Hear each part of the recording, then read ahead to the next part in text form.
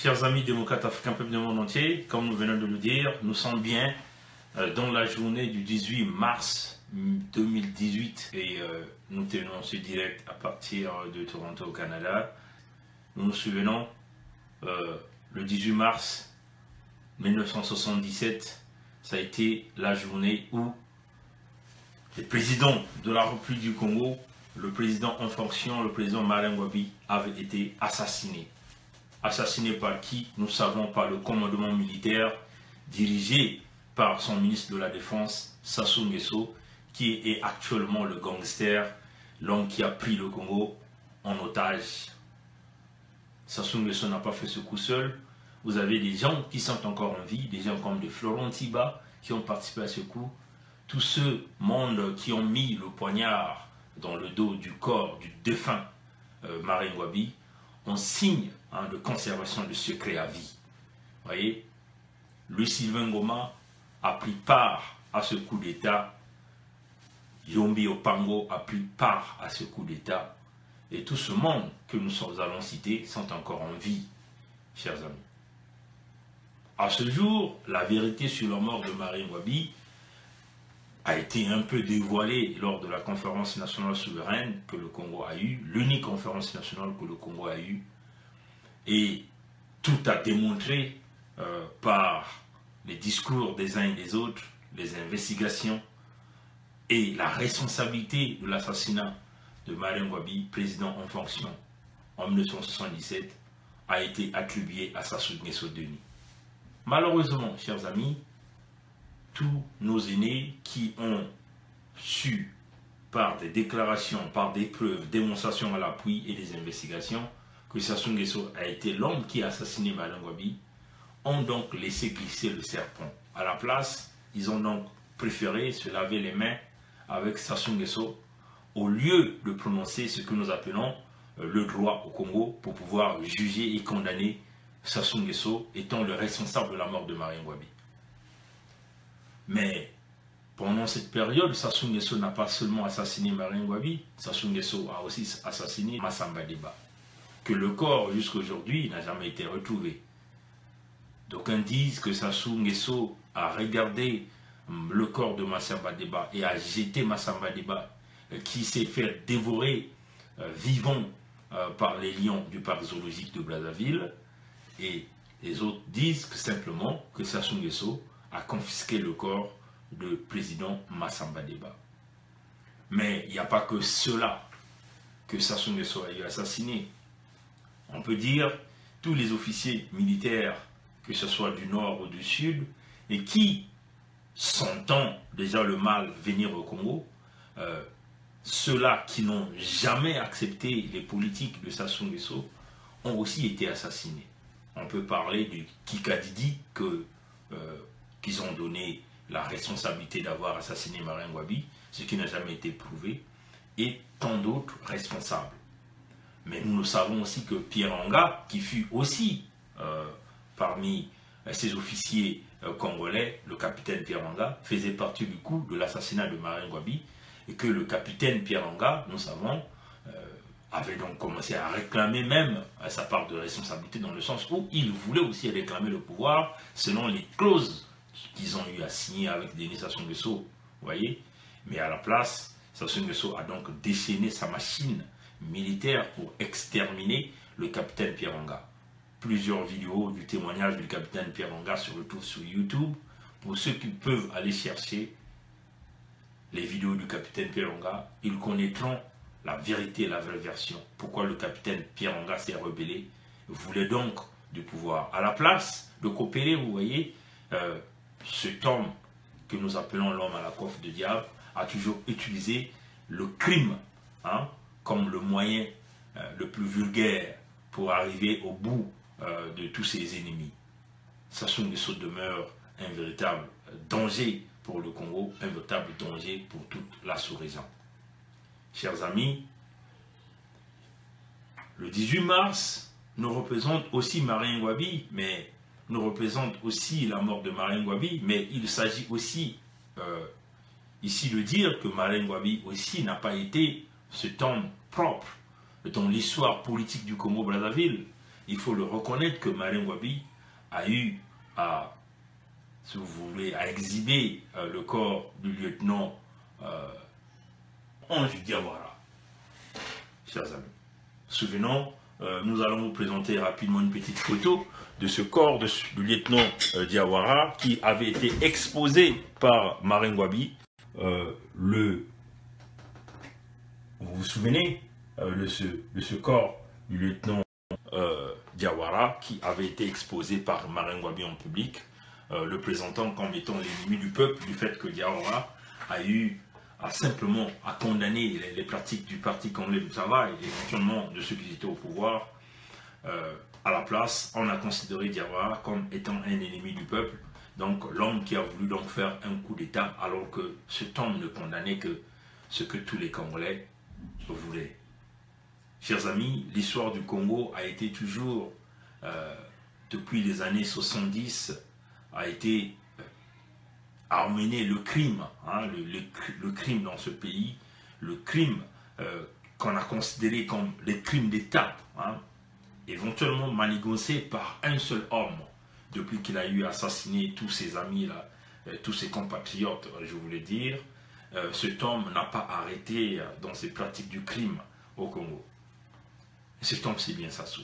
Malheureusement, nous constatons que aucun Congolais n'est capable d'arrêter cette machine à destruction. À la conférence nationale, nos aînés ont fait glisser le serpent qui est revenu de plus en plus dragon. Et les crimes continuent à se faire au Congo, sous le régime, bien sûr, de Sassou Nguesso. Alors, plusieurs questions se posent. Comment ça fait-il que tous ces compatriotes sont en train d'assister Sassou dans ce plan de destruction massif, chers amis? Voilà, donc, nous, au fur et à mesure que nous avançons dans ce direct, nous sommes là en train de vouloir prouver, chers amis, la complicité dans tous les crimes qui sont en train de se passer au Congo. Vous voyez, ce sont les mêmes individus, qu'il s'agit dans le système militaire, le système politique, et qui sont en train d'accompagner Denis Sassou Nguesso dans ces crimes que nous appelons ici des crimes économiques, des crimes du sang, des crimes qui brisent la vie de tous les Congolais. Là, vous aviez les soi-disant parlementaires congolais qui sont en train de participer à tous les complots qui se passent dans le pays. Et que nous sommes en train de voir que personne n'est capable de pouvoir arrêter cette machine à destruction, cette machine qui est en train d'abîmer la réputation de notre pays, cette machine qui est en train de détruire la vie de tous les Congolais. À ce jour de l'anniversaire de Marien Ngouabi, vous avez tous vu que tous ces membres du Parti congolais du travail sont encore partis pour nettoyer une fois ce que nous avons appelé le mausolée Marien Ngouabi. Mais ce qui est curieux dans cette affaire de Marien Ngouabi, il n'y a que Marien Ngouabi qui détient un mausolée. Mais le Congo a déjà eu des présidents avant Marien Ngouabi. Il a eu le président Yulu, il a eu Massamba Deba, vous voyez, chers amis, qui sont des véritables figures de politique de ce pays, des hommes qui ont eu à construire l'économie de ce pays. Vous voyez, la différence dans la manipulation de l'opinion publique, éventuellement une manipulation traînée par le Parti congolais du travail, a fait qu'on puisse, entre guillemets, immortaliser un homme qui a été assassiné par les mêmes gourous. Vous voyez, chers amis, nous avons encore vu dans quelques jours, les jours passés, les membres de ce parti se diriger vers ce que nous appelons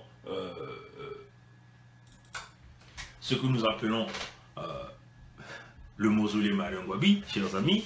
Comme nous sommes en train de le montrer, nous savons que Marien Ngouabi a été un homme de conviction, un homme d'ailleurs qui a fait de Sassou Nguesso ce qu'il est devenu aujourd'hui.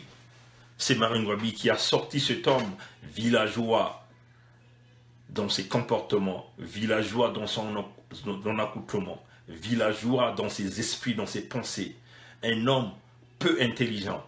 Marien Ngouabi a pensé qu'il était un compatriote, qu'il fallait l'aider, il fallait le pousser. Mais à la place, le Judas, qu'est-ce qu'il a fait? Il a assassiné son maître. Chers amis, nous voulons ici vous présenter la confiance que le président Marien Ngouabi faisait à cet homme. que nous appelons l'homme à la coiffe du diable, qui est simplement Denis Sassou Nguesso. Vous voyez, chers amis, la confiance que le président Maringwabi avait à cet homme était une confiance extrême. Vous le voyez comment le président Maringwabi le tient, avec ce petit signe, pour ceux qui savent, on n'a pas envie d'expliquer. Quand vous tenez quelqu'un à l'épaule et vous le tendez la main, c'est un véritable signe de confiance et de pouvoir. Pour ceux qui sont dans les dimensions supérieures, ils peuvent vous dire ces signaux. Quand vous le tenez à la main, vous passez votre main à l'épaule. Ceux qui connaissent les signes, ceux qui sont avancés dans le domaine spirituel vous diront, cet homme, Maringwabi, a fait confiance à Sassou. Comme vous le voyez encore ici, Maringwabi qui fait confiance à l'homme qui le massacre. Pendant ce temps, qu'est-ce qui va se passer? Ici, vous voyez bien le corps de fin du président Maringwabi, assassiné par ce même homme que nous venons de vous montrer. Voilà que vous avez les mêmes gourous du Parti congolais du travail qui se souviennent de leur héros Maringwabi que pendant ce jour de l'anniversaire. Là, vous aviez qui? Pierre Ngolo. Ce monsieur, c'est un véritable dangereux dans le système politique du Congo, que Sassou aujourd'hui a nommé président de son Sénat. Et là, vous aviez le fils Maringwabi. Même les enfants sont rentrés dans le système, dans la complicité du massacre de leur père. Personne ne veut vouloir accepter et de vouloir chercher réellement la vérité de ce qui s'était passé. Là, vous voyez, des hommes qui se dirigent, voilà, du PCT, pour soi-disant aller nettoyer la tombe de Maringwabi. Mes chers amis, comme vous le voyez, un homme qui est abandonné même dans sa mort, vous le voyez, des murs ici, chers amis, des murs remplis de rouille. Ça montre les signes de l'abandon, le signe de négligence, pour dire que Maringwabi n'est que dans un endroit vide, chers amis. Alors, peuple du Congo, Brazzaville, démocrate africain, nous tenons ici à montrer cette image pour vous faire savoir qu'il n'y a que des criminels et des gangsters qui sont au pouvoir au Congo et que tous nous devons nous réunir pour pouvoir arrêter cette machine à destruction. Nous savons que la tombe de Maringwabi est une tombe vide. En réalité, le défunt, le corps de Maringwabi ne se retrouve pas là. Et ceux qui savent la vérité où se trouve le corps de Maringwabi, c'est bien l'homme que Maringwabi a tenu à l'épaule et a serré la main. C'est Sassou Nguesso. Donc, la complicité a tellement duré et nous demandons au peuple congolais, nous demandons à ce régime et encore à tous ces dignes fils du Congo de réellement aller chercher cette vérité.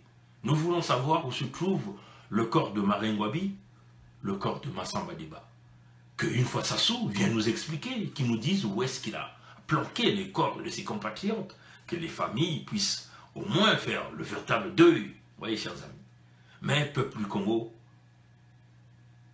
nous pensons que ces journées de mémoire doivent être des journées qui doivent nous faire revenir à la conscience, cette conscience que nous appelons l'unité nationale, cette conscience dont vous avez, chers amis, démocrates africains, peuple du monde entier, cette conscience que avaient les grands, le grand président Maringwabi et aussi le cardinal Émile Biaïda. Chers amis, ici, dans cette journée, nous voulons rappeler à tous les Congolais, ressortissants de tous les coins, que nous avons quelque chose de commun. C'est le Congo. Nous pouvons avoir les différences, quelles que soient les formes de différences. Le Congo demeure notre unique bien commun, chers amis. Il n'y a pas autre chose qui peut nous lier que ce pays-là. Nous sommes une population de moins de 4 millions d'habitants. Nous pensons que les enfants du Congo peuvent s'asseoir tranquillement, discuter quel que soit l'état de problème et mettre en avant la patrie d'abord, chers amis. Mettre en avant la patrie d'abord, chers amis. Permettez-nous de tourner la caméra pour vous montrer ce mythe que Sassou Nguesso est venu mettre au sein de tous les Congolais pour diviser les Congolais. En massacrant Maringwabi, il a procédé par des techniques qui consistent à diviser les Congolais pour vous dire que ceux du Nord doivent être les ennemis de ceux du Sud, ceux du Sud doivent être les ennemis de ceux du Nord. En réalité, cet homme a mis cette division pour continuer à demeurer au pouvoir. Et il a réussi dans ce plan. Vous le voyez, depuis qu'il a massacré Marine Ngouabi en 1977, il est parti du pouvoir quasiment en 1992 avec l'arrivée de la démocratie. Mais il est encore revenu par un coup d'État en 1997. Mais il faut le dire qu'il a été aidé par les mêmes Congolais qui l'ont fait partir, qui l'ont ramené au pouvoir par un coup d'État. Oui, chers amis. Donc, c'est dans cette division qu'il a réussi encore à coopter tous ces Congolais qui pensent que Sassou Nguesso demeure la solution. Chers amis, ceci c'est un exemple de l'unité nationale que nous sommes en train de chercher, chers amis. Comme vous le voyez ici dans cette photo, comment ils sont en train de trinquer le verre ici, chers amis. Vous voyez le sourire dans tous ces compatriotes-là. Nous ne voyons pas l'esprit de division ici, chers amis. Et c'est comme ça qu'ils ont réussi à construire le Congo, à apporter le développement, à construire toutes ces entreprises que nous connaissons, la RNTP, l'Office national de postes et télécommunications, et chers amis, OCC, Wilka, Sidolou, la sucrerie Yunkai, qu'on appelait Suco à l'époque, la MAB, Ofracom, vous voyez, chers amis, c'est dans cette unité nationale qu'ils ont eu à construire, Mansumba, chers amis, c'est dans cette unité nationale qu'ils ont eu à faire que les Congolais puissent manger 3 fois par jour, vous voyez, que les Congolais puissent avoir de l'eau potable, puissent avoir de l'électricité, que les enfants puissent aller à l'école, quasiment les fournitures scolaires données par les services sociaux de l'État congolais. Vous voyez, chers amis,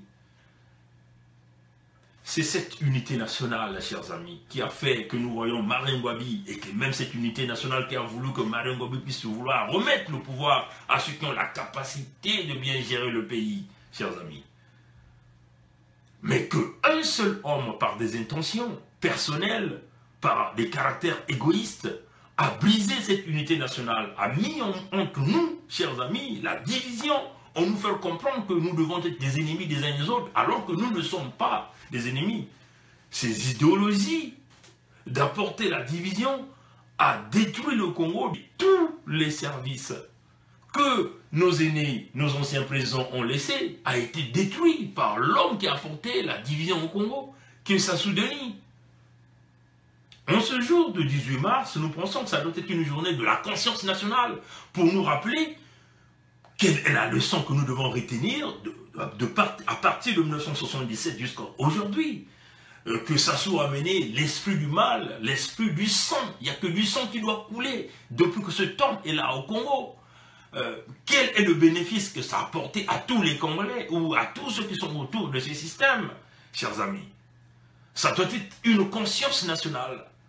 Ça doit être un rappel à tous les Congolais de comprendre que tout ce que nos aînés ont laissé aujourd'hui, nous nous souvenons, la RNTP qui faisait tous ces travaux, des routes, nous savons, ces routes ont été construites par la RNTP, c'est des routes qui avaient une longue durée, qui avaient un cycle de vie très long. Et pourtant, c'était des routes construites par des Congolais. Parce que dans la RNTP, nous avons vu nos papas qui étaient en même temps des mécaniciens, des conducteurs, des engins lourds, des Congolais qui avaient la capacité, des topographes, des gens qui étudiaient d'abord la structure des sols avant de tracer des routes. Et c'est des entreprises qui ont été laissées par l'unité nationale, laissées par Marine Ngouabi, Émile Biayenda, les Massamba Deba, ainsi de suite, chers amis. Que l'homme qui n'a jamais qui n'a jamais aimé le Congo, qui n'a jamais aimé les Congolais, est venu complètement briser, complètement détruire, chers amis. La RNTP n'existe pas. On importe des entreprises qui viennent faire du travail sur du sable, des constructions sur du sable, mais des constructions qui font dépenser des multimilliards de dollars à l'État congolais, et qui ne bénéficient non pas aux Congolais, que les Congolais ne sont non pas réellement employés en temps plein dans ces entreprises. Peuple du monde entier, démocrate africain, peuple du Congo-Brazzaville, c'est le temps de la conscience. Voilà pourquoi nous le disons, que nous, chers compatriotes, nous qui sommes de la diaspora, nous demeurons un exemple. C'est-à-dire, tous ceux-là qui sont au Congo comptent sur cette diaspora pour pouvoir apporter le changement que tout ce peuple est en train d'attendre. Si cette diaspora échoue, comme d'ailleurs a fait les diasporas bien avant, des générations passées, la perdition du Congo va se sentir et va se remarquer. Le Congo va être pris par des étrangers. Le Congo va être complètement vendu par la volonté d'un homme, d'un clan. Et nous n'aurons plus de pays. Vous remarquerez que si vous perdez vos terres, vous perdez le pays, vous perdez ce qui vous reste, votre dernier, au point où vous pouvez aller vous cacher, vous vous réfugier. Vous ne serez que du papier ou encore une feuille sèche. Vous ne serez que du vent. Démocrates africains, à l'heure où nous sommes en train de parler, nous savons que nous avons tous un seul ennemi. Et l'ennemi, c'est le caractère, le système que Sassou a mis en place à diviser les Congolais. Le système qui consiste à pousser les Congolais à se haïr les uns aux autres. Le Congo est un bien commun. Le Congo est un bien qui n'appartient à personne, ni à une ethnie, ni à un clan. Le Congo appartient à tous les Congolais. Les richesses du Congo n'appartiennent ni à un clan, ni à un monsieur, ni à une famille, ni à une catégorie de population. Les richesses du Congo appartiennent à tous les Congolais. Aucune personne ne doit avoir à lui seul le monopole de la richesse et de la gestion de ce pays. Et c'est ça notre message d'aujourd'hui. Nous avons vu ce grand verre qui est en train de se faire boire par tous ces grands hommes d'État. On va encore vous le montrer. Vous le voyez dans ces grands hommes d'État. Et chers amis, vous le voyez dans ces grands hommes d'État. Le sourire, le partage dans ce verre, chers amis. C'est le signe de l'amitié réelle. Oui, chers amis, c'est le signe que, oui, nous pouvons avoir nos différences. Nous pouvons nous chamailler dans nos partis politiques, dans notre crise de leadership. Mais quand on touche à l'affaire Congo, on nous touche nous deux. On nous touche nous tous, chers amis.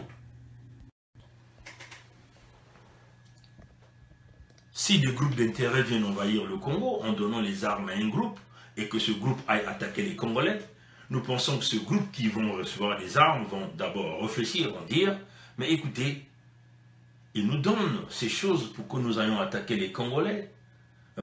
Pour quel intérêt? Pour qu'ils puissent bénéficier plus de pétrole pour nous? Non, chers amis. Nous pouvons avoir nos différences, nous pouvons rentrer dans une salle, nous chamailler, nous battre dans cette salle, mais quand on sort de cette salle, nous devons parler d'une seule voix, qui est la voix des Congolais. Et c'est ça qui nous rendra de plus en plus forts. Et c'est comme ça que nous allons développer le Congo. C'est comme ça que nous allons transformer cette nation qui est le Congo-Brazzaville. C'est comme ça que nous allons faire venir toutes ces entreprises brisées par le clan Sassou, brisées par l'individu Sassou.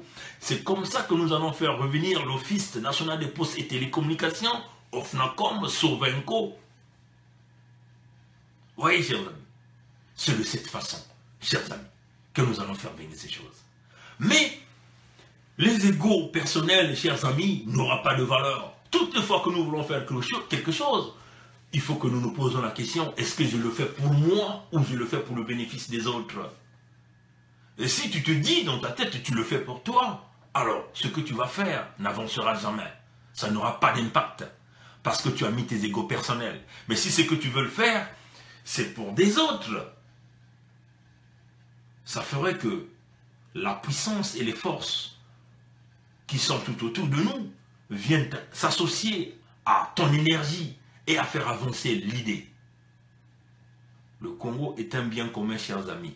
Donc, battons-nous tous pour enlever ceux-là qui apportent la division, ceux-là qui apportent la haine, ceux-là qui apportent la destruction, ceux-là qui ont mené le Congo à l'hécatombe économique, ceux-là qui ont mené le Congo à l'armageddon économique, ceux-là qui ont brisé les rêves de tous les jeunes Congolais. Battons-nous dans ce sens. Nos égaux, dont la diaspora, de leaders de tel parti, ça va nous emmener où?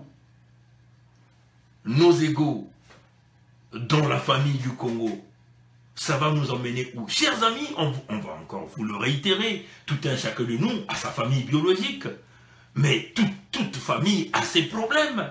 Mais quand l'intérêt de la famille vient en premier, vous voyez que tout le monde se regroupe pour essayer de protéger l'intérêt de cette famille. Nous avons nos clans, nos tribus, mais quand la tribu est menacée, vous verrez que tout le monde vient s'associer autour pour essayer de sauvegarder la tribu. C'est cela, chers amis, essayons d'appliquer ce même principe dans notre unique famille qui est le Congo, qui nous lie, parce que c'est cette terre qui nous lie. Rien ne va nous séparer, parce que nous sommes liés par cette terre, laissés par nos aînés, laissés par nos ancêtres. Rien ne va nous séparer, chers amis. Partout où tu iras, on va te demander tu es Congolais. Oui, et tu auras peut-être tendance à dire je suis Congolais du Sud, mais on ne le connaîtra pas parce qu'on ne connaît qu'une seule carte, qui est la carte du Congo-Brazzaville, chers amis démocrates africains du monde entier. C'est cette carte-là qu'on verra. On ne verra pas une autre carte, chers amis démocrates africains, peuple du monde entier.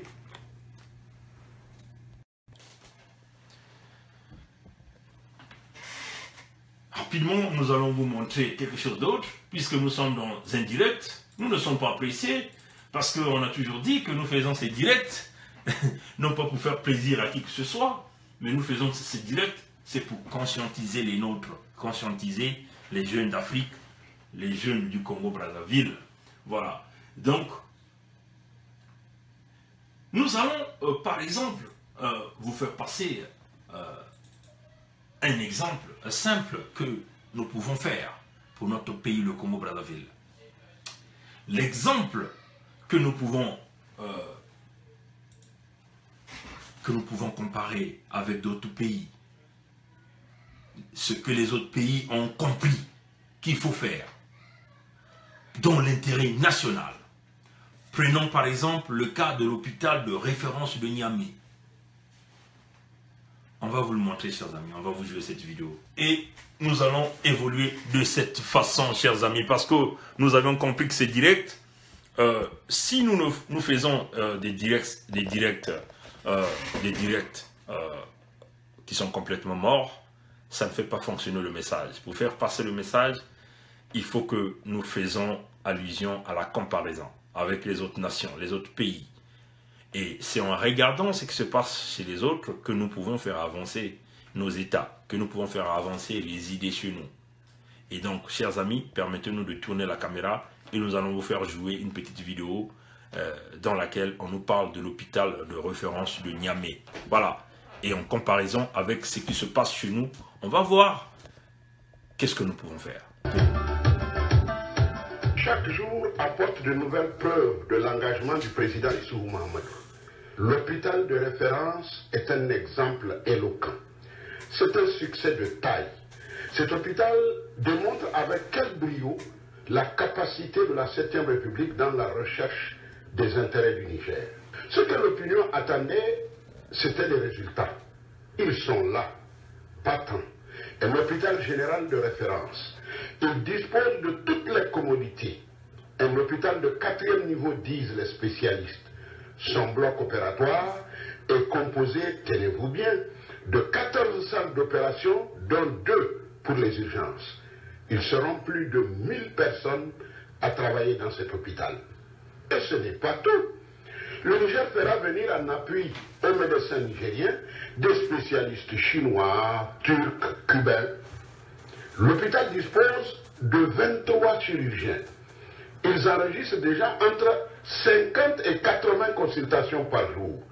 De janvier à nos jours, une soixantaine de personnes ont été opérées avec succès. Dans les années à venir, nous assisterons sans doute à une baisse drastique des coûts d'évacuation des malades nigériens vers l'étranger. Coût estimé à plus de 5 milliards de francs CFA par an. L'hôpital général de référence ne sera pas un lieu où seuls les riches viendront se soigner. Il aura un caractère social. Le Nigérien lambda pourra sans grande difficulté accéder à cet hôpital. C'est aussi ça l'équité. Et puis, de nombreuses pathologies qui ne peuvent pas être prises en charge au niveau des autres hôpitaux du Niger le seront à l'hôpital de référence. La capacité de ce bijou est de 500 lits. Cet hôpital est l'un des symboles les plus manifestes de la coopération entre Pékin et Niamey. Malgré l'éloignement, le Niger et la Chine ont tissé des relations économiques et amicales. Le Niger a besoin de la Chine pour son savoir-faire et la Chine a besoin du Niger pour ses ressources naturelles.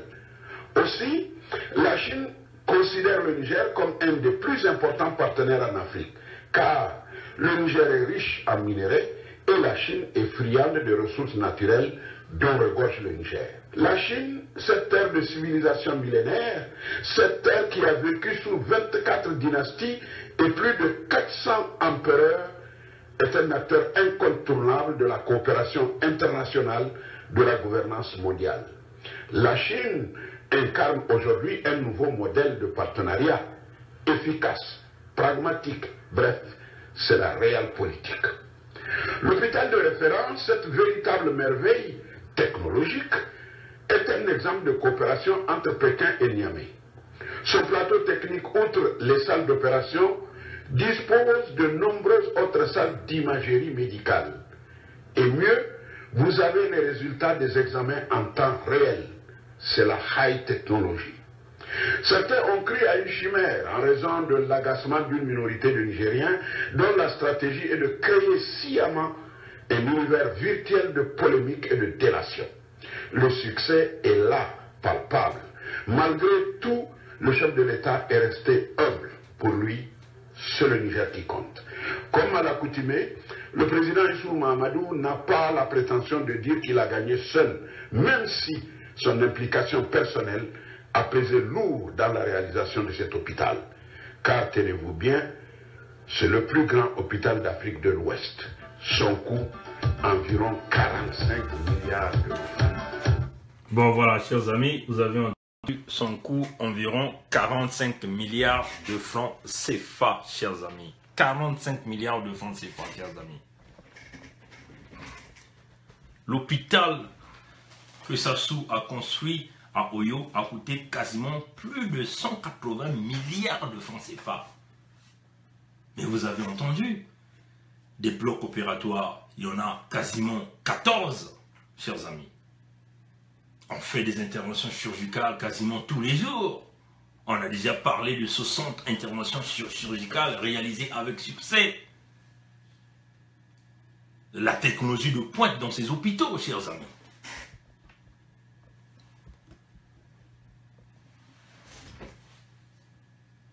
« 45 milliards de francs CFA, chers amis, vous comprenez que chez nous, l'hôpital que Sassou a construit à Oyo, même si on considère seulement que ça a coûté 150 milliards, vous comprenez que c'est 3 fois le prix de ce que a été construit au Niger. Et l'hôpital de Oyo ne fonctionne pas. Les médecins viennent de déserter. Les médecins cubains viennent de déserter. Il y a combien de blocs opératoires dans cet hôpital d'Oyo, chers amis? Pourquoi choisir Oyo pour aller construire cet hôpital alors que la plus grande densité des populations se retrouve dans Brazzaville, dans Pointe-Noire? Que d'ailleurs, Pointe-Noire, qui est cette ville qui produit le pétrole congolais. Le pétrole qui aujourd'hui, les Nguessos sont devenus, on peut dire, des rois du pétrole du Congo dans cette gestion, cette ville qui est complètement abandonnée, la ville de Pointe-Noire. Tous ces gens qui font partie de ce système aujourd'hui sont devenus quasiment les propriétaires de Pointe-Noire parce qu'ils ont acheté quasiment les parcelles partout, ils ont construit partout. Mais ils se sont exclus de construire des hôpitaux de grande classe à Pointe-Noire. Même le petit dispensaire de Luandjili a fermé. L'hôpital à Cissé, qui est l'hôpital de référence, manque quasiment de tout. Mais on a préféré choisir un endroit d'aller construire un grand hôpital qu'on appelait l'hôpital général à Oyo. à coût de plus de 180 milliards de francs CFA, et un hôpital qui ne fonctionne pas, chers amis, que personne ne va quasiment, si ce n'est que les petits paysans autour. Mais là, vous avez vu, chers amis, les preuves parlent d'elles-mêmes. Pourquoi nous présentons ces preuves? C'est une façon de vous montrer qu'il y a véritablement un problème dans la mentalité de ceux-là qui sont à la tête de ce pays, le Congo. Parce que nous voyons que le caractère de la division est toujours là, c'est-à-dire le caractère tribaliste est toujours là. Tout à l'heure, nous avions parlé de l'aspect nation, le petit verre que Marine Ngouabi trinquait dans cette image qu'on nous a montrée avec l'abbé Fulbert Youlou. Vous voyez, chers amis, ça montre la joie de cette unité, c'est-à-dire que ils pouvaient avoir leurs différences dans la gestion de leur parti politique, mais ils étaient toujours unis par ce verre-là qui leur liait. Et l'unité là, c'est la nation, c'est-à-dire vous touchez au Congo, vous touchez à tous les deux. Mais à la place, qu'est-ce que ça souvient? Ça sous-brise. Il vous le montre par les exemples. Il a pris un hôpital qui pouvait être construit à prix bas, moins que ça. Mais on est allé construire à Rio dans une zone où la population est très inférieure, la densité est très minime. Mais à quel coût? 180 milliards de francs CFA. Ça, ce sont des chiffres qu'ils ont présentés. Mais nous pouvons estimer que ça a été plus que ça. Mais vous voyez bien que le Niger a construit le même type d'hôpital, mais plus grand, puisqu'on vous a dit que c'est le plus grand hôpital de l'Afrique de l'Ouest, chers amis. Donc vous voyez qu'il n'y a pas que les gens de Niger qui iront se soigner. Même les gens des autres pays iront se soigner. Mais quand ils vont se soigner, c'est de l'argent qui va rentrer dans le fonctionnement de l'hôpital. Vous avez entendu ce qu'ils ont dit? Les coûts des évacuations sanitaires au Niger, c'est plus de 5 milliards de francs CFA par année. Ça ne va plus se faire de cette façon. Désormais, tous ces gens, au lieu d'aller se soigner à l'extérieur, sous les frais du contribuable nigérien, vont maintenant se faire soigner sur place, chez eux. Oui, chers amis, c'est ça la vision d'un homme politique.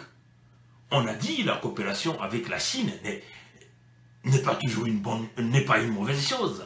Mais il faut des hommes de conviction dans cette coopération, des hommes qui veulent le tirer au maximum. Nous le savons, le barrage de Mokokolo avait été construit par les Chinois. Mais à cette époque, il y a eu des Congolais aussi très informés dans le domaine du bâtiment qui ont fait le suivi de la construction du barrage. Voilà pourquoi aujourd'hui, vous voyez que le barrage de Mokokolo tient toujours le coup. Parce que ça a été construit avec le suivi des Congolais et avec une structure d'ingénierie selon les normes internationales, chers amis.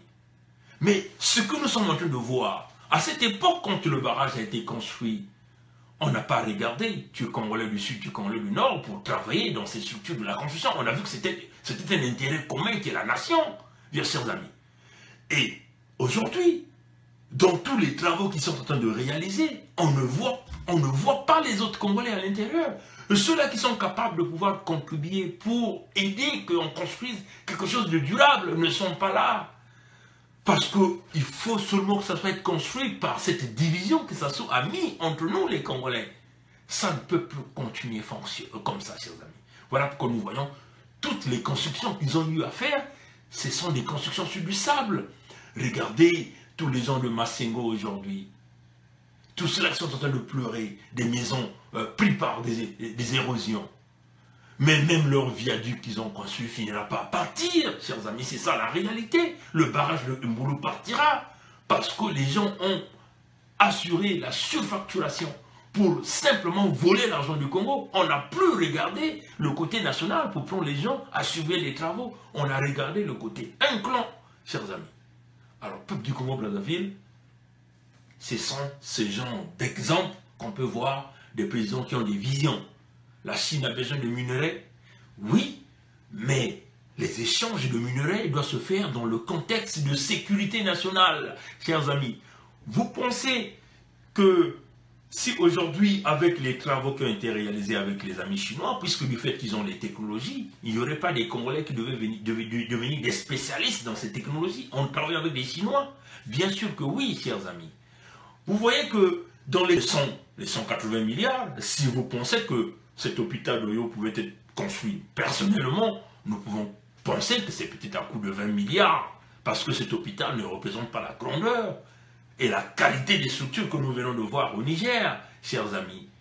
Et si on demandait aux Chinois de refaire tout notre système hydraulique, tout notre système de distribution d'eau dans toutes les villes du Congo, vous pensez que les Congolais ne devaient pas avoir de l'eau propre dans leur robinet à coût de 50 milliards de francs CFA? Bien sûr que oui, chers amis. Vous pensez que nos amis qui sont à Pointe-Noire ou dans toutes les villes ne pouvaient pas avoir de l'eau? Bien sûr que oui, chers amis. Si nous avions demandé aux Chinois de refaire notre système de distribution d'électricité avec les 50 000 milliards, vous croyez que aujourd'hui, nos amis du Congo ne doivent pas avoir l'électricité? Bien sûr que oui. On a fait le choix par des affinités ethniques dans le sens de la division, dans le sens de la destruction, dans le sens de simplement diviser les Congolais. Et curieusement, il y a encore une partie des Congolais qui continuent à suivre ce chemin de la division et de la séparation qui va nous emmener nulle part.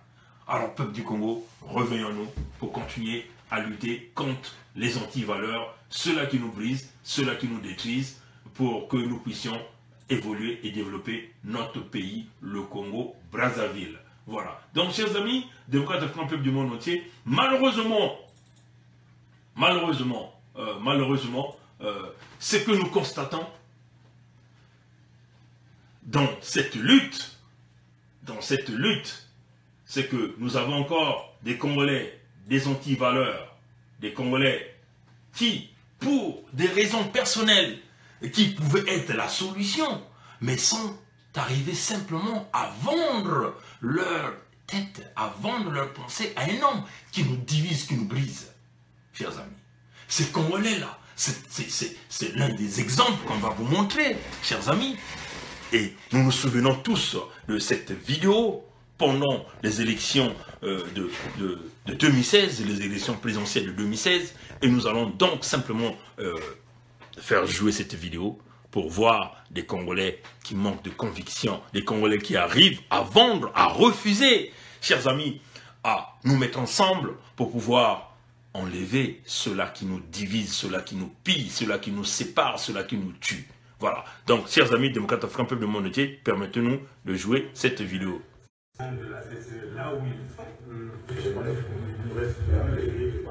Nous avons les fiches jaunes de transcription des résultats. Sur la base de ces fiches jaunes de transcription des résultats, je suis très largement en tête sur Brazzaville déjà. La réalité, c'est que je suis largement en tête à Brazzaville.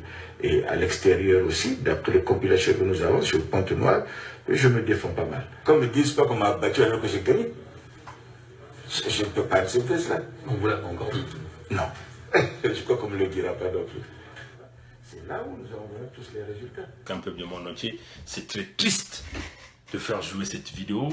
Mais, chers amis, comme vous le savez, tout ce que nous faisons doit demeurer. Tout ce que nous faisons, nous devons le montrer au monde entier.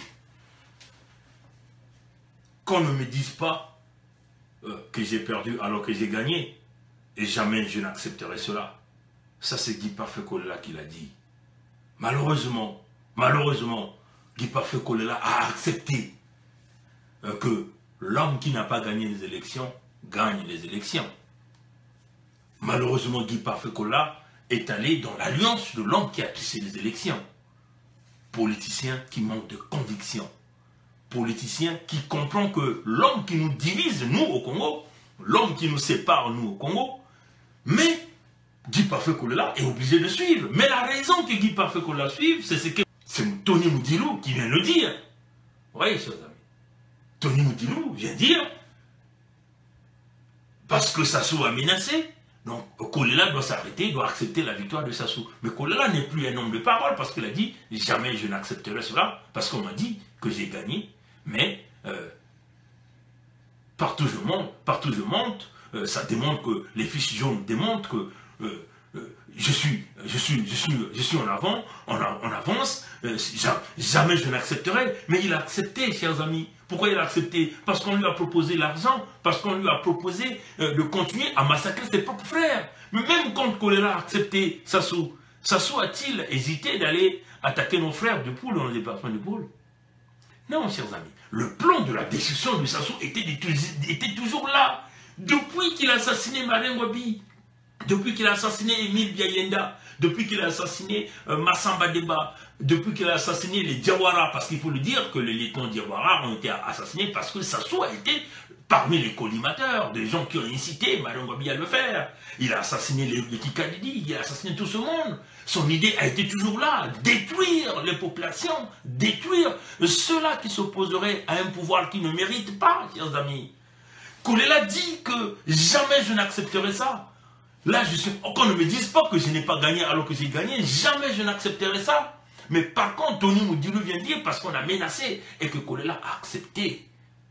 Chers amis, c'est pour cela que nous condamnons fermement Kolela. Parce que Kolela sait qu'il y a un seul homme qui divise les Congolais. Il y a un seul homme qui a brisé le Congo. Il y a un seul homme qui a toujours amené la division entre Congolais Sud, Congolais Nord. Alors que nous, dans le peuple, dans la photo que nous venons de montrer, de l'abbé Fulbert Youlou et Marien Ngouabi, vous voyez qu'il n'y avait pas des Congolais Sud, quelles que soient les divisions qu'ils avaient, ils arrivaient à se réunir autour du Congo, qui était un bien commun. Vous voyez, chers amis.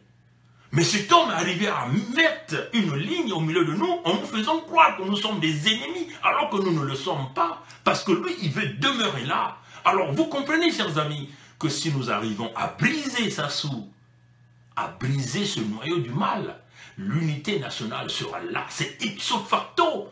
C'est automatique que l'unité nationale sera là, chers amis. La haine va s'enlever dans les cœurs des uns et des autres. C'est cela la réalité, chers amis.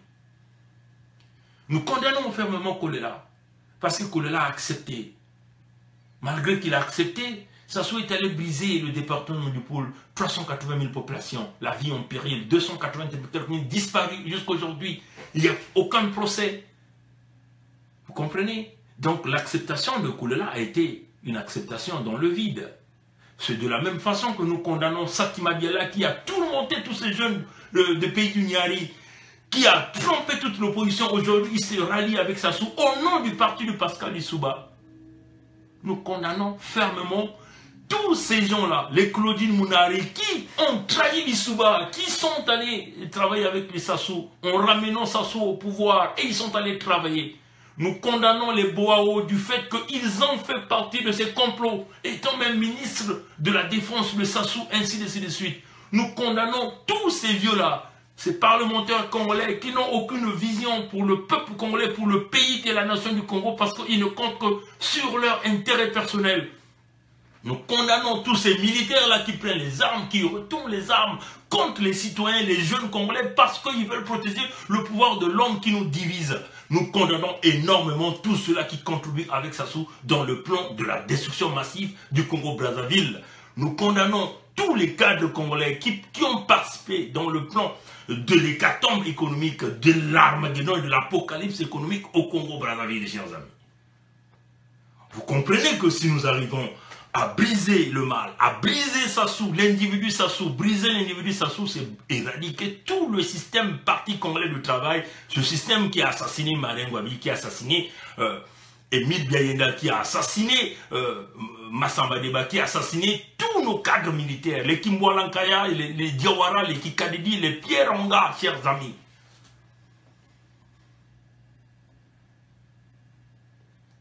Chers amis, ce direct d'aujourd'hui est fait de plusieurs vidéos. Donc, nous allons vous dire pourquoi nous avons endorsé cette idée. Nous avons endorsé cette idée du général Mokoko. On va vous le dire, chers amis. Cet homme est venu changer la dynamique dans la politique au Congo. Et aujourd'hui, il est victime. Et nous remarquons que tous les Congolais lui ont tourné le dos. Les jeunes étudiants ont manifesté pour leur bourse. Ils ont été emprisonnés, torturés. Aujourd'hui, le jeune Apanga a des grands problèmes de reins, de santé. Et ce jeune risque même de perdre sa vie. Et nous pensons que cela est inacceptable. Aucune personne, aucun leader de l'opposition au niveau du Congo a pensé à pouvoir lutter pour la libération de ce jeune Apanga, qu'il s'agit de tous ces leaders, de Nzo Mathias, de Itali, de Christophe Mukwege, qu'il s'agit de Munari, de Boao, de Kifuisa, de Mirasa, de tous ces leaders politiques que vous connaissez au Congo. Personne parmi eux ont pensé lutter pour la libération de ces jeunes étudiants congolais qui peut-être vont perdre leur vie par des problèmes de santé dus à des tortures. Et chers amis, tous ces politiciens, des politiciens en carton, des politiciens qui n'ont aucune conviction pour le pays, n'auront plus de place dans la nouvelle République. Voilà pourquoi nous endossons énormément nos pensées au grand discours que le général Mokoko avait fait. Permettez-nous de tourner la caméra et nous écouter cette vidéo. Voilà. Donc, chers amis, démocrates africains, peuple du monde entier, on va se mettre à suivre le... C'est d'abord le caractère de la morale et de l'éthique qui marque depuis des décennies la gouvernance de notre pays. Donc en ce qui me concerne, je prendrais cela comme un axe d'effort principal. Lorsque je discute avec les gens et que je dis souvent qu'il est possible de changer les mentalités, il y en a qui ne sont pas très optimistes. Mais je pense qu'une des valeurs pédagogiques pour amener l'ensemble du peuple et notamment l'administration publique est celle de l'exemplarité de ceux qui ont la charge de l'État. Je serai, si mes compatriotes me font confiance, ce président qui prêchera, qui dirigera en mettant en avant la valeur d'exemple. Je pense que notre pays regorge de ressources humaines de qualité. C'est certainement le leadership, et qui est un leadership qui ne me satisfait pas. Et qui fera que, si ce leadership, par la valeur d'exemple, est engagé, je pense que les forces vives de notre pays pourront faire éclore le génie qui sommeille dans chacun des Congolais. La première chose que je ferai, si je suis élu, c'est de convoquer une assemblée de toutes les forces vives de la nation, sous la forme des États généraux de la nation. Ça ne sera pas une deuxième conférence nationale. Les thèmes seront précis, bien calibrés, de façon que ce qu'on appelle aujourd'hui dans beaucoup de pays, sous la forme d'une feuille de route, soit l'émanation de la représentativité nationale.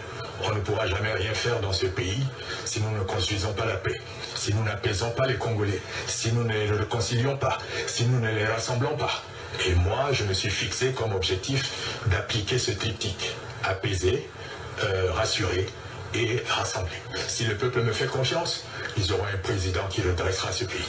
Bon voilà, chers amis démocrates africains, peuple du monde entier, on a tous d'écouter, apaiser, rassembler, et puis c'est des principes de valeur que nous pensons que le général du peuple, le général Jean-Marie Michel Mokoko a eu à parler. Nous savons qu'aujourd'hui il n'y a pas l'apaisement, il n'y a pas le rassemblement, et ce que nous voyons c'est la destruction. Hein? Un homme qui se met à la tête de tout le monde, un homme qui piétine sur toutes les valeurs, les lois de la République. Les notions de morale sont bafouées, les lois de la République sont bafouées par un homme, par un clan. Vous voyez, chers amis. Et quand vous le voyez, chers amis, nous, dans cette vision politique que nous pensons, ce que le général Mokoko a parlé des États généraux, en réalité, il faut que ça reste dans la tête de le leadership de la diaspora, de cette diaspora congolaise. Moi, nous parlons beaucoup de la diaspora parce que aujourd'hui, ceux qui sont au Congo n'ont plus d'issue. Ils comptent sur nous, nous qui sommes dans la diaspora. Ils comptent sur nous dans tous les plans. Sur le plan économique, sur le plan de la libération du Congo, chers amis.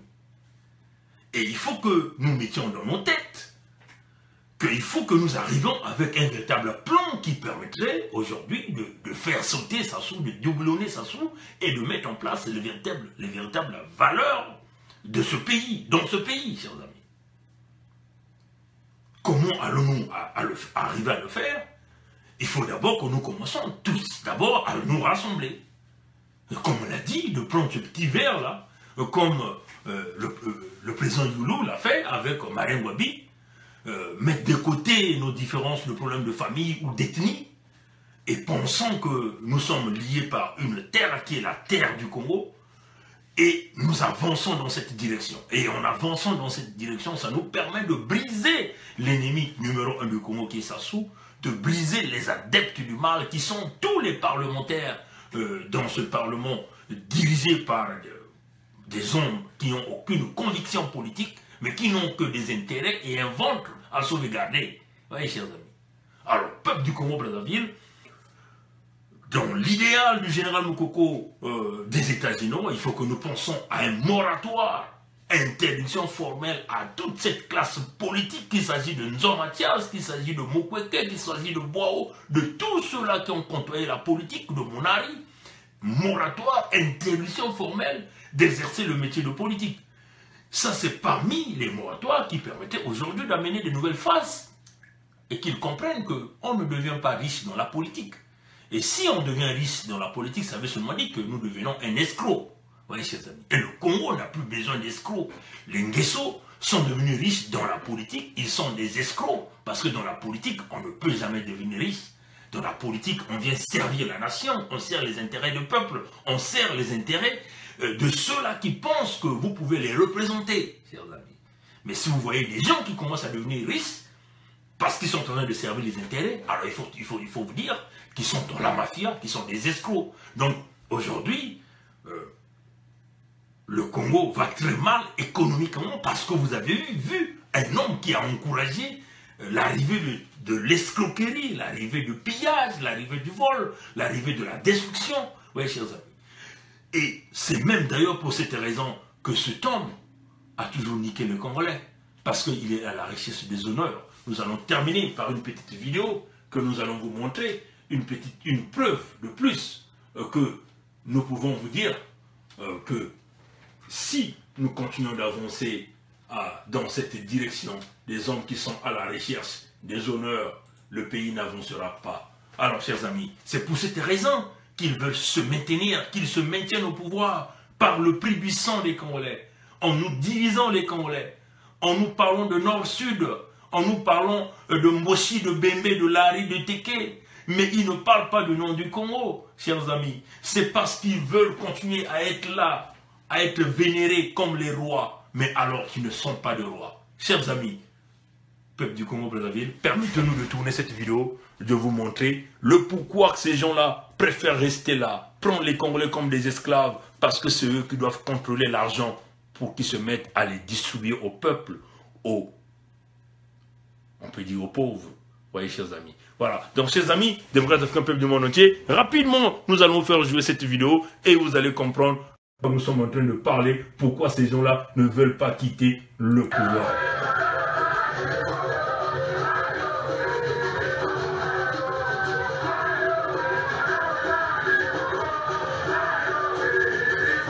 Mais comme vous voyez dans cette vidéo, c'est Dominique Okemba qui se met à distribuer de l'argent à ceux qui dansent pour eux. On est en train de les vénérer comme les dieux du Congo. L'argent du peuple, l'argent du contribuable congolais, c'est comme ça que ces gens-là se mettent à les distribuer. Ils distribuent complètement l'argent du peuple congolais, tout en pensant que c'est leur argent qui leur appartient. Et le peuple est là en train de chanter pour eux. Et après, vous verrez que c'est Sassou Denis qui vient derrière. Et lui aussi, il va se mettre. Regardez comment il avance comme un roi, un dieu le tout-puissant du Congo. Regardez comment ils se mettent à distribuer de l'argent. Et le peuple, le mendiant, qui se met à prendre, à courir autour pour de l'argent qui lui appartient, que ce temps est en train d'utiliser dans la démagogie. Il se croit le roi du Congo, l'homme le plus puissant du monde, ou même les grands de ce monde n'ont pas de valeur. Et vous voyez, l'épouse est là à côté en train d'acclamer, encourager la démagogie, la publicité d'un homme qui se prend pour un dieu. L'argent du peuple est distribué au peuple comme des mendiants, comme si nous jetons des graines de sable ou des graines de riz au poulet. Vous voyez, chers amis, regardez ces images, peuple du monde entier, vous comprenez la grandeur que ce temps veut vouloir montrer au Congo. pour démontrer aux Congolais qu'il est le roi du Congo, qu'il est le roi de l'Afrique. C'est pour cette raison, les mêmes peuples qui sont comme des poulets, qui sont en train de jeter des graines de sable, et ils sont en train de jeter les graines de riz, ou encore les graines de sable, ou les graines d'arachide, qu'ils massacrent ce même peuple.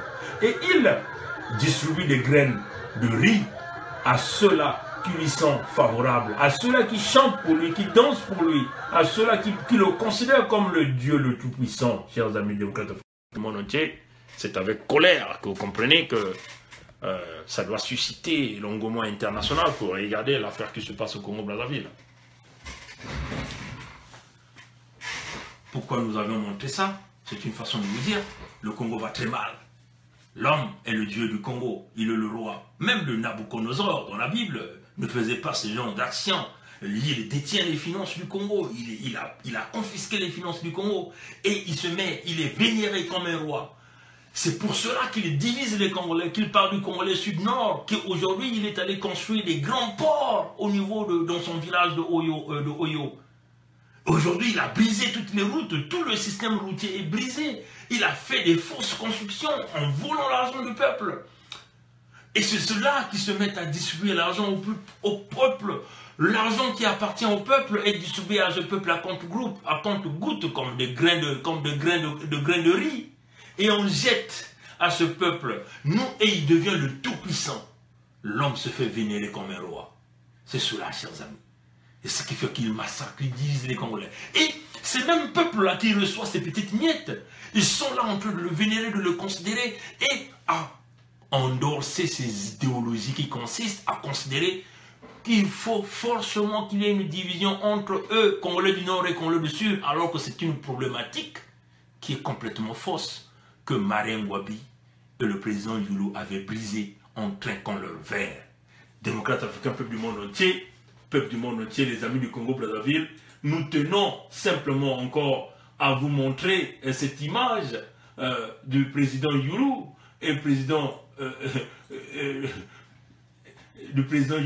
et Marien Ngouabi pour vous dire que la problématique de Sassou est une fausse problématique. Chers amis, revenons sur nos places d'avant. Regardez ce verre, chers amis, nous tenons encore à vous le montrer pour conclure notre vidéo. Regardez bien ce verre que ces deux hommes sont en train de prendre ensemble pour dire tout peut nous arriver. Nous pouvons avoir des fractions politiques, mais le Congo demeure une nation unie et à jamais. Travaillons ensemble, c'est dans l'ensemble que nous allons bâtir ce pays, c'est dans l'ensemble que nous allons avancer le Congo. Alors, chers amis, démocrates africains, peuple du monde entier, nous tenons encore à vous le rappeler que la solution des problèmes du Congo, nous l'avons déjà évoqué, c'est écrit dans un document scellé. Et il y a un document que nous avions publié, que nous avions dit, la solution pour enlever l'homme qui divise les Congolais est une solution militaire. C'est par l'équilibre de forces militaires que nous allons enlever cet homme. Il n'y a pas 1000 solutions. Les discours, on va le faire. Les rencontres, on va le faire dans les salles. On va le faire. On le fera en millions. Ça n'aboutira pas. La solution, elle est militaire. Chers amis, comprenez bien ce message. Chers amis, vous qui partez dans la conférence internationale, allez-y à cette conférence internationale. On ne vous interdit pas. Mais comprenez que ça va prendre du temps pour rien. Ça va prendre de la négociation encore pour rien. Si vous avez des moyens, mettez ces moyens-là en jeu. Si vous avez des relations, utilisez toutes ces relations pour déboulonner Sassou militairement. Comme vous le voyez, chers amis démocrates africains, peuple du monde entier, il faut que cette unité revienne au Congo. Il faut que tous les Congolais se mettent désormais ensemble afin de boire ce petit verre-là ensemble, chers amis, contre Marien Ngouabi et le président Yulu ici, là, chers amis. Alors, si nous arrivons à déboulonner tout ce monde, comme vous le voyez dans la documentation que Jésus a publiée ici, dans ce cahier de charge, nous aurons donc la possibilité, chers amis, de mettre tous ces gens-là au cachot. Tous ces gens-là, nous les mettons au cachot. Il n'y a pas 1000 solutions, chers amis. Le temps de la tolérance est passé. Nous sommes maintenant au temps de la tolérance zéro. La tolérance zéro consiste à prendre tout ce monde, chers amis, démocrates africains, peuple du monde entier. Tous ceux-là qui se sont enrichis, des individus, par des sanctions politiques, des gens comme le Isidore Mvuba, Edgar Nguesso, Jean-Jacques Bouya, Maurice Nguesso, tout ce monde doivent être allés au cachot, chers amis, démocrates africains, peuple du monde entier. Des gens comme les Claudia, chers amis, doivent aller au cachot. C'est ça la réalité, chers amis. C'est ça la réalité. Les Ninel Nguesso doivent aller au cachot, chers amis. Les Hugues Ndenengolo doivent aller au cachot. Il n'y a rien, chers amis. Le temps de la tolérance est passé, chers amis. Nous sommes devenus au temps de la tolérance zéro. Les Joujou Sassou doivent aller en prison. Les Sandrine devront aller en prison. Les enfants de Edith Sassou doivent aller en prison. Denis Christel doit aller en prison, chers amis. Parce que tout ce monde ont volé le Congo. Madame Sassou, née le Matibota, elle doit aller en prison. Edgar Nguesso doit aller en prison. Wilfried Nguesso doit aller en prison, chers amis. C'est ça la réalité. La réalité, c'est cela, chers amis. Parce que ce n'est pas une question de dire que ça sera la justice des vainqueurs. Mais c'est bien la réalité. Le pays est dans l'hécatombe à cause de ces gens-là, chers amis. Les dignitaires du pouvoir qui sont aussi visés par nos sanctions, que nous allons toujours dire, ils sont là. Que nous voyons le Conseil national supérieur, vous voyez Denis Sassou Nguesso, Dominique Okemba, vous voyez Bonaventure Ngobo, vous voyez Zéphirin Moulou, Gilbert Ondongo, Firmin Aessa, Blanchard Okoyi, vous voyez Serge Oboa, chers amis, Ndengue François, vous voyez Philippe Obara, vous voyez, c'est ça la réalité. Gilbert Bakemba, Bouanyambeya, tout ce monde, chers amis, doivent aller en prison. C'est ça la réalité, chers amis. Il n'y a pas 1000 chemins, il n'y a pas 1000 solutions. Même les ambassadeurs, vous voyez, les Valentin Olosongo, tout ce monde doit aller en prison. Les Émilie Onyamba, tout ce monde doit aller en prison. Les Pierre Louembo, la liste elle est longue, chers amis. De Jean-Marie Ngakala, tout ce monde, les Boniface, les Oba, tout ce monde doit aller en prison, chers amis. C'est ça la réalité.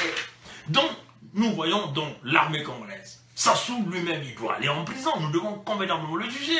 Vous voyez, Moulou, Dominique Okemba, Okoyi doit aller en prison. Victor Mouani doit aller en prison. Ndengue François, Osele François, Gilbert Bokamba doivent aller en prison, chers amis. Tout ce monde-là doivent aller en prison. Philippe Tikaya doit aller en prison. Philippe Obara, Léonard, Noël et Songo doivent aller en prison. Jean Olesongo Ondai doit aller en prison. Vous voyez, Jean-Dominique Nyakalo doit aller en prison. Nyanga Ngatsemboala doit aller en prison, chers amis. C'est ça la réalité. Et nous le disons, chers amis. Vous voyez, Léonce Kambi doit aller en prison. Et Bata Serge Oboa doit aller en prison. Aristide Ngakoso Ngamba doit aller en prison, chers amis.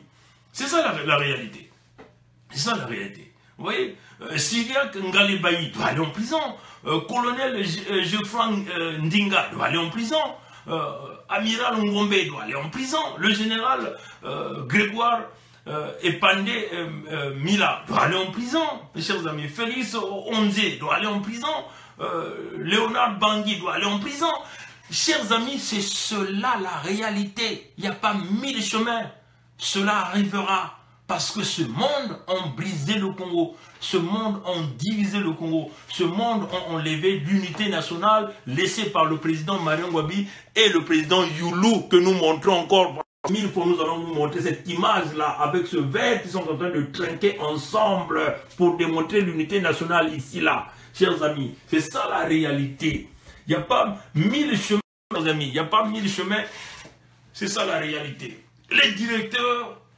Ouais, les administrateurs publics, vous voyez, les gens au Bambi, tout ce monde, Évariste Onyongo, Albert Otina, vous voyez, chers amis, lui, Kanawamba et Lenga, tout ce monde, vous voyez, chers amis, Émile Mokoko, Wangolo, tout ce monde, Jérôme Koko, c'est ça la réalité, chers amis, il n'y a pas mille chemins. Vous voyez, Jean-Alfred Onanga, c'est ça la réalité. Tout ce monde doit aller en prison. Antoine Ngakoso, Serge Bouya, c'est ça la réalité. Hein, chers amis, on a tous ce nom dans cette base de données. Nicolas Okanzi, vous voyez, Albert Ngondo, c'est ça la réalité. Tout ce monde doit aller en prison. Chers amis, nous citons leurs noms parce qu'ils sachent que ils sont en train de piller le Congo, de détruire le Congo, de détruire les vies. Mais nous sommes dans le système de baie vitrée, tout le monde voit tout le monde. Nous sommes ici au Canada, mais nous sommes en train de les voir. Nous sommes dans le système de baie vitrée, chers amis. Tout le monde voit tout le monde. Voilà pourquoi nous citons leurs noms, pour qu'ils sachent la réalité, qu'ils sont répertoriés dans les bases de données, non pas seulement au Congo, mais même en Occident. Toute cette documentation, c'est partout dans toutes les diplomaties, chers amis. C'est ça la réalité, chers amis. Alex Elir Ndokekia, il doit aller en prison. C'est ça la réalité, chers amis. C'est ça la réalité. La liste, elle est très longue, chers amis. On prend quelques noms encore. Les membres du gouvernement. Tous ces membres du gouvernement, on n'a pas envie de citer encore les noms. Tout ce monde, il va bien en prison. C'est ça la réalité, chers amis. Si nous voyons encore le bureau politique du parti contre le travail, Adada Rodolphe Adada doit aller en prison. Vous voyez, Adoua Théophile doit aller en prison. Okunze Bernard doit aller en prison. Ayessa Firmin doit aller en prison. Batéas Jean-Marie doit aller en prison. Baté Sebi Emmanuel doit aller en prison. Jean-Jacques Bouya doit aller en prison. Vous voyez, tout ce monde ira en prison. Les Nkoussouma Vungu doivent aller en prison. Le Damazé Jean doit aller en prison. Oui, vous voyez, chers amis. Le Ndengue Atika doit aller en prison. Vous voyez, chers amis. Le Diafouka Mbemba, Edgar doivent aller en prison. Les Nzombo Henri iront en prison. Vous voyez, chers amis. Les Eyeni Richard doivent aller en prison. Vous voyez. Le Ngamaya et Youssou Esther doivent aller en prison. Vous voyez, chers amis. Le Pierre Ngolo, il doit aller en prison. C'est ça la réalité. Hein? François Ibovi ira en prison. Vous voyez, chers amis. Oui. Ngokana Denis doit aller en prison. C'est ça la réalité, chers amis.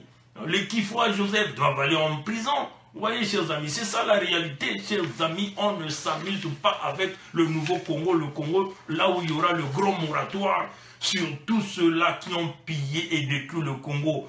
Isidore Mvuba ira en prison. Vous voyez, chers amis, c'est ça la réalité. C'est ça la réalité. André Obami Itou ira en prison. Gilbert Ondongo en prison, au cachot. Vous voyez, Soudan Arlette doit aller en prison. Vous voyez, chers amis, Tchichele Né Moé Poiti, elle ira en prison. Ngakala Michel ira en prison, chers amis. C'est ça la réalité. On vous dit, vous êtes dans notre base de données. Personne ne va se chaper. La liste, elle est longue. On ne peut pas citer les noms de tout le monde. Mais c'est cela la réalité. Ceux-là qui ont divisé le Congo, qui ont brisé notre unité nationale. L'unité nationale doit revenir. Tout ce monde ira en prison. Et ce n'est que par là que l'unité nationale reviendra au Congo. Que Dieu nous garde. Que cette journée du 18 mars 2018 soit une journée de réflexion pour tous les Congolais. Il faut qu'ils comprennent que l'unité nationale doit revenir. Les Congolais doivent revenir à trinquer leur verre, comme le président Youlou l'a fait avec Marien Wabi. Et, chers amis, et nous, dans la diaspora, nous sommes le train, nous sommes la tête. Il faut que nous prenions le leadership. La division, il faut qu'on arrive à enlever parce que nous avons tous l'ennemi numéro 1 du Congo, c'est Sassou. C'est pas parce que vous recevez quelques miettes que vous voulez apporter la division, la destruction. Les miettes qu'on vous donne, ça va finir. Et si nous arrivons à stabiliser notre pays, notre unité, nous allons faire revenir les industries comme nos anciens présidents ont eu à faire. Nous allons ramener Wilka. Aujourd'hui, avec l'exploitation de Foufou sur la route du Nord, sur Odiba, on peut implanter un Mansumba là-bas, un Mansumba numéro 1, et qui va donc se mettre à transformer le foufou. Le Congo va vendre le foufou à l'extérieur. C'est de l'argent qui rentrera pour le Congo. Nous allons faire revenir Wilka, toute l'arachide qui est cultivée partout au Congo. Le Congo va fabriquer de l'huile et le Congo va vendre à l'extérieur. C'est ça qui ferait de nous une puissance économique. Vous voyez, chers amis, le café, le cacao, nous allons augmenter la production et éventuellement transformer le café, le cacao. Le Congo sera un pays qui va commencer à vendre du café à l'extérieur.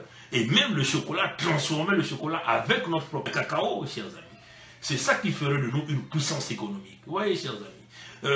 Aujourd'hui, la marbre doit revenir, Wilka doit revenir, Ofnacom doit revenir. Il faut que les Congolais arrivent à vendre des produits gérés par l'État, des inspecteurs de l'État, pour se rassurer que les Congolais consomment des produits de qualité et non des produits comme on est en train de nous envahir avec des produits des Chinois, chers amis. Il faut que ça revienne au Congo. Aujourd'hui, oui, on nous parle des cimenteries partout, ça c'est très bien, mais nous allons encore travailler de plus en plus. Le sucre qui est fabriqué à Sia Congo ou à Saris Congo, tout le sucre est voué à l'exportation. Ce n'est pas normal. Il faut que les Congolais consomment le sucre. Éventuellement, il faut que nous arrivions à fabriquer plusieurs produits à partir de ce sucre, les bonbons, le chocolat et ainsi de suite, et vendre à l'extérieur. C'est ça qui ferait du Congo une puissance économique.